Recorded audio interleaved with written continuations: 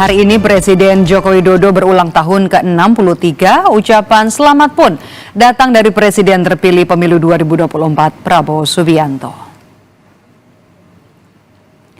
Ucapan selamat ulang tahun serta foto-foto kebersamaan ini diunggah di akun Instagram pribadi Prabowo. Dalam unggahannya, Prabowo menuliskan semoga selalu dalam lindungan Allah, senantiasa diberikan kesehatan dan kekuatan dalam menjalankan pengabdian kepada negara dan rakyat Indonesia. Selamat ulang tahun Bapak Presiden Jokowi.